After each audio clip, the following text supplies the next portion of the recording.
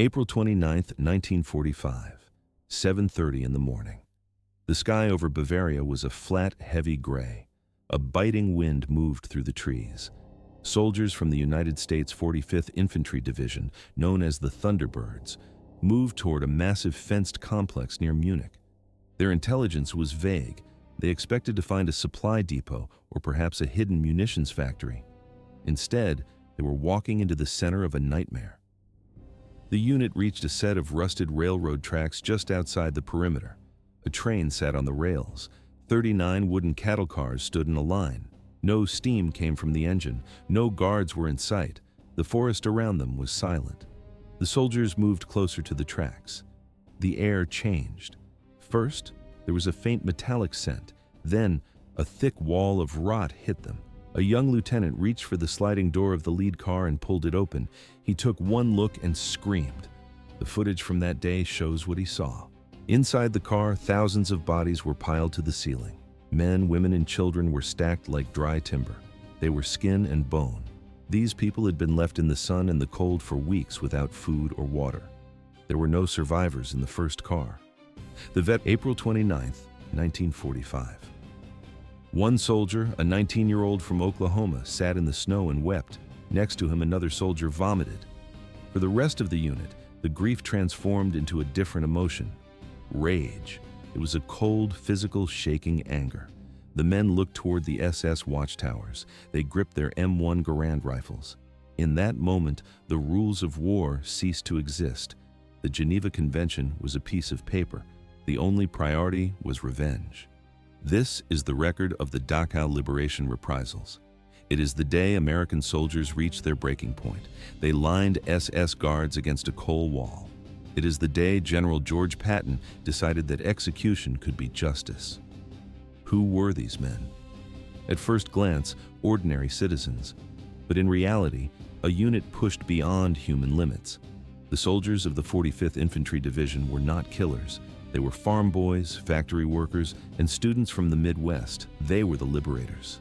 Before this morning, they were professionals. They took prisoners and provided medical aid to the enemy. Dachau destroyed that discipline in minutes. Lieutenant Colonel Felix Sparks was the commander on the ground. He attempted to maintain order. The footage shows Sparks moving through the snow, shouting at his men. He told them to keep moving.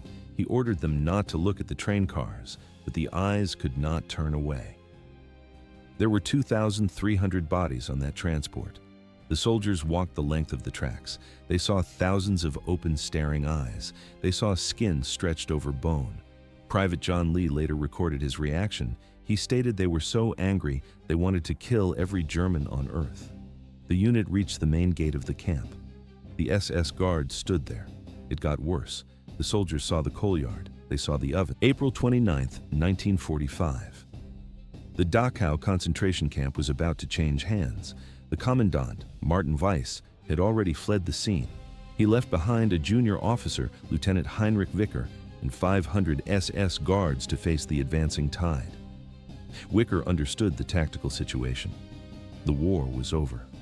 He decided to surrender. Wicker prepared for the meeting with meticulous detail. He put on his cleanest uniform.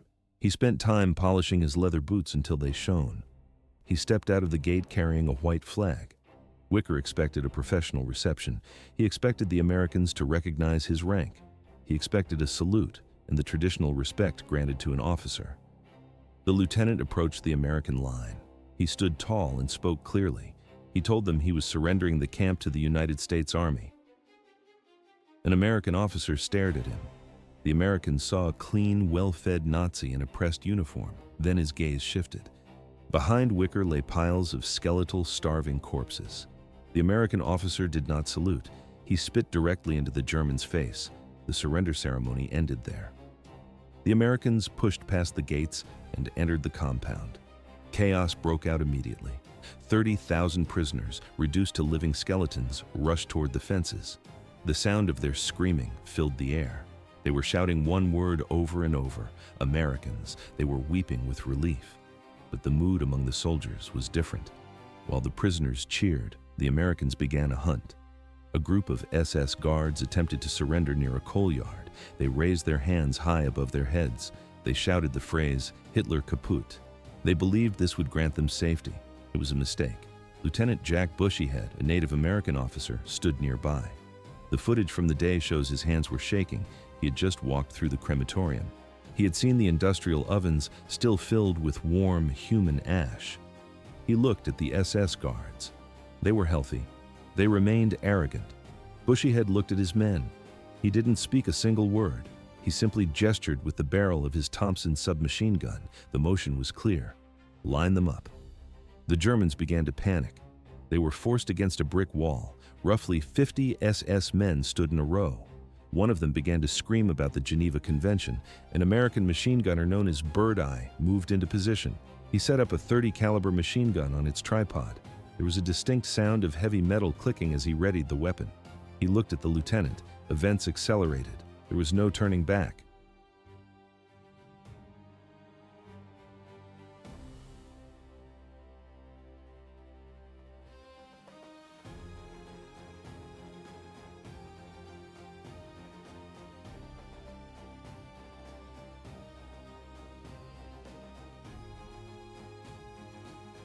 The lieutenant gave a quick nod. Immediately, a massive burst of machine gun fire erupted. The sound was deafening. Screams followed. The shooting lasted for exactly 10 seconds. When the smoke finally cleared, the SS guards were scattered across the ground. Most lay still. A few bodies were still twitching. The snow under them was no longer white. It was black with coal dust and stained deep red with blood. Lieutenant Colonel Sparks heard the sudden roar of the weapons. He ran toward the sound. He arrived to see his own men still firing into the pile of corpses. Sparks pulled his Colt pistol and fired a single shot into the air. The crack of the handgun signaled a halt. "Stop it!" he screamed at the top of his lungs. "What the hell are you doing?" he shouted. The gunner turned his head. His eyes were blank and glazed. He showed no regret for the massacre. Instead, he was sobbing. "Colonel, they deserved it," he cried. This was not an isolated event. Similar scenes were unfolding across the entire camp. At Tower B, the SS guards attempted to surrender. They climbed down the wooden ladder with their hands raised high. The American soldiers did not wait for them to reach the ground. They opened fire immediately. The guards were shot off the ladder one by one. Their bodies plummeted into the deep moat below. The Americans moved to the edge of the stone wall. They looked down into the water. They did not stop. They emptied their remaining magazines into the floating bodies to ensure no one survived. One soldier later wrote a letter home about that afternoon. "It was not war. It was an execution," he stated. After seeing the boxcars full of bodies, he no longer viewed the guards as human beings. But the Americans were not the only ones seeking blood. The prisoners were also moving. The victims were becoming the executioners. Thus, the cycle of violence shifted.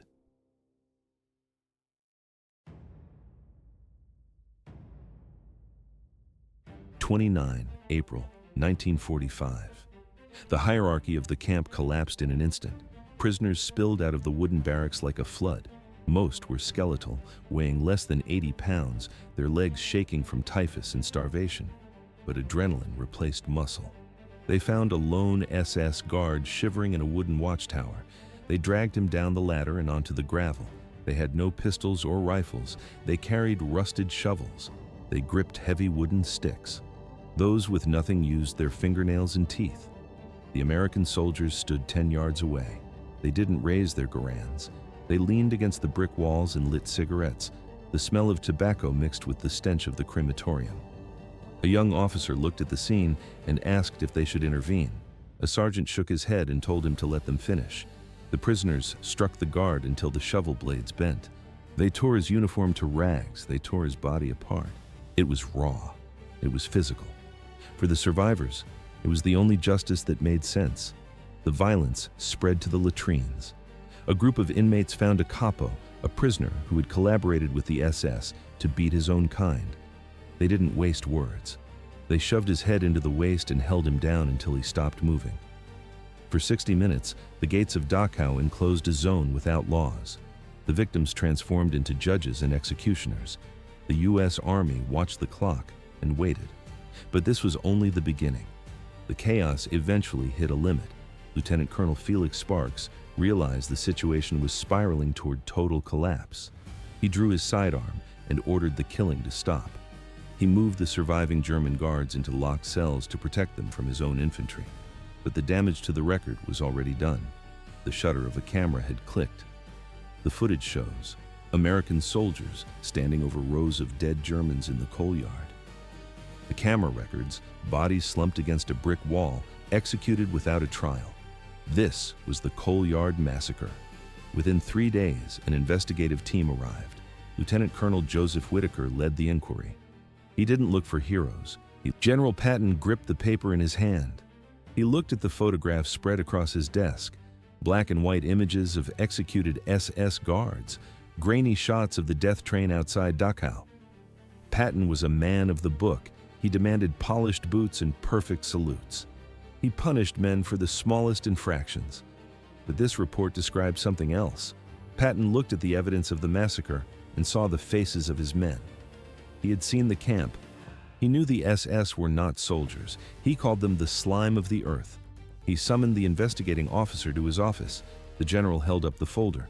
He asked what this garbage was. The officer stood at attention. He replied that it was evidence of war crimes committed by American troops. Patton slammed the report onto the wooden desk. He shouted at the officer. He spoke about the 2,000 rotting bodies found on the train.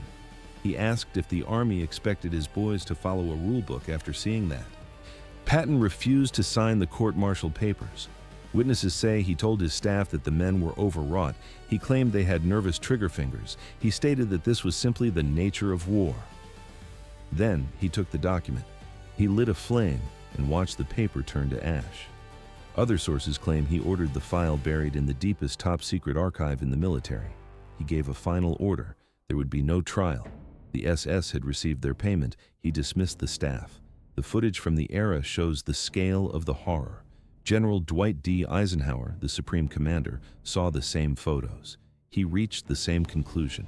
Putting American heroes on trial for killing Nazi monsters would destroy the morale of the entire army. The order came down from the top. Quash the investigation. The charges against the soldiers of the 45th Division vanished. Lieutenant Jack Bushyhead was the man who ordered the machine guns to fire. He didn't face a firing squad or a prison cell. He went home to Oklahoma. He never gave interviews. He never wrote a book. He died in 1977. He carried a dark secret to his grave. The Dachau Reprisals are still debated. At first glance, a war crime. But in reality, a human breaking point. Neo-Nazis attempt to use the event to claim moral equivalence. Historians reject this.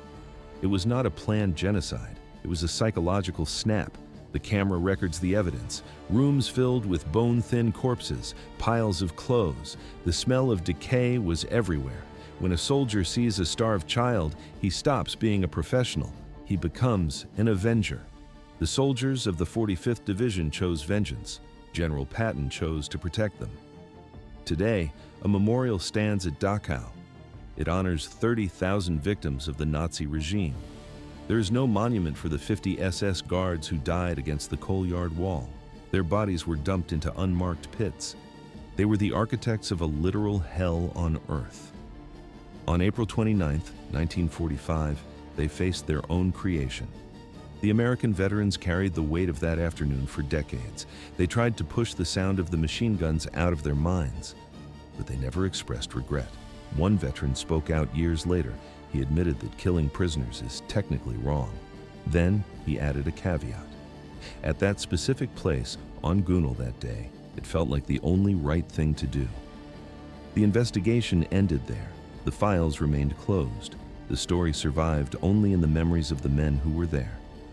Thus ended the bloodiest day in the history of the 45th Division.